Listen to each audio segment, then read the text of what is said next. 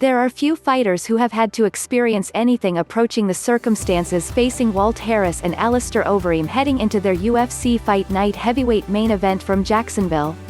Originally scheduled for November, the bout was pushed back when Harris's stepdaughter, Aniah Blanchard, was the victim of a kidnapping and murder.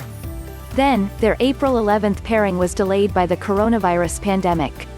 But when the two men finally stepped into the octagon on Saturday, they put on a wild brawl for 2 rounds before Overeem was able to score the TKO victory.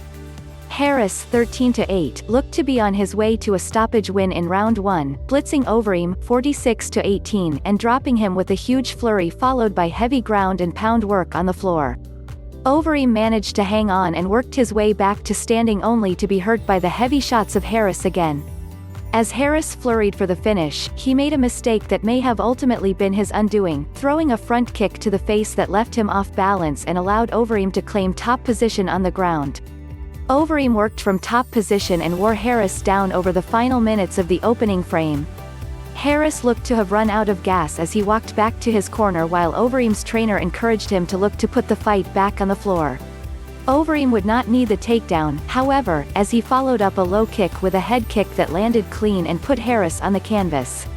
With Harris covering up and taking punch after punch from the former Strikeforce champion, referee Dan Miragliotta stepped in to end the fight at the 3 o'clock mark of round 2.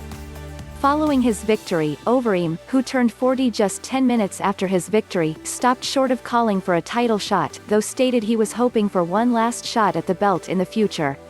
"Let's look at the rankings and fight again later this year," Overeem said. "We're going to see if there's maybe one more shot at the title. Can't get enough UFC?"